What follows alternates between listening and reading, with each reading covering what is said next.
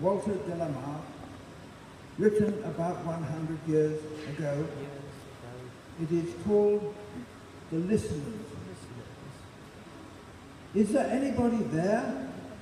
said the traveller, knocking on the moonlit door, and his horse in the silence champed the grasses of the forest's ferny floor.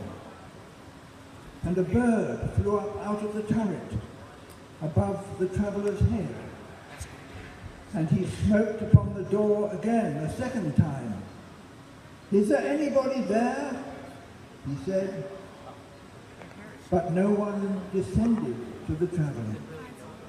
No head from the leaf-fringed sill leaned over and looked into his grey eyes, where he stood perplexed and still.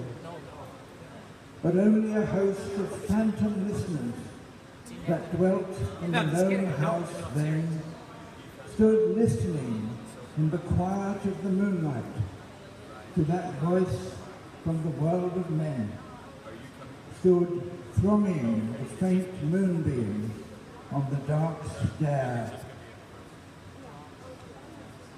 that goes down to the empty hall, hearkening in an air stirred and shaken by the lonely traveller's call. And he felt in his heart their strangeness, their stillness answering his cry, while his horse moved, cropping the dark turf neath the starred and leafy sky.